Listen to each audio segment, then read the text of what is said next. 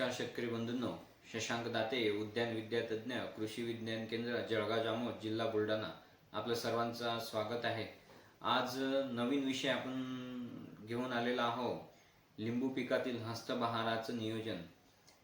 सर्वात महत्त्वाचा आताचा हा महिना आहे। साधारणतः ऑक्टोबर महिन्यामध्ये आपल्याला लिंबू पिकांना ताण देणं गरजेचं आहे।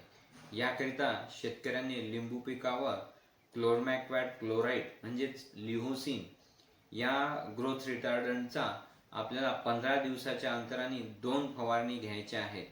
3 मिली प्रति लिटर या प्रमाणानुसार आपल्याला पहिली फवारणी आता घ्यायची आहे। पहिली फवारणी घेतल्यानंतर लगेच 15 दिवसांनी दुसरी आपल्याला फवारणी घ्यायची आहे।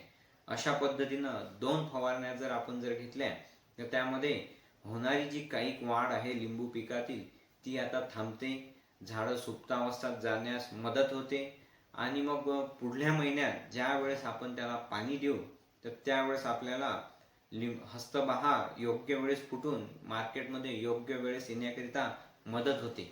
आणि सोबत झाडांना झाडाच्या परिघामध्ये आपण जर त्याची उखरी केली तर त्यामुळं वरची जे पांढरी व्हाईट रूट्स असतात ते तुटल्यामुळं ॲडिशनली ते सुद्धा तिथं ताण बसण्यास मदत होते।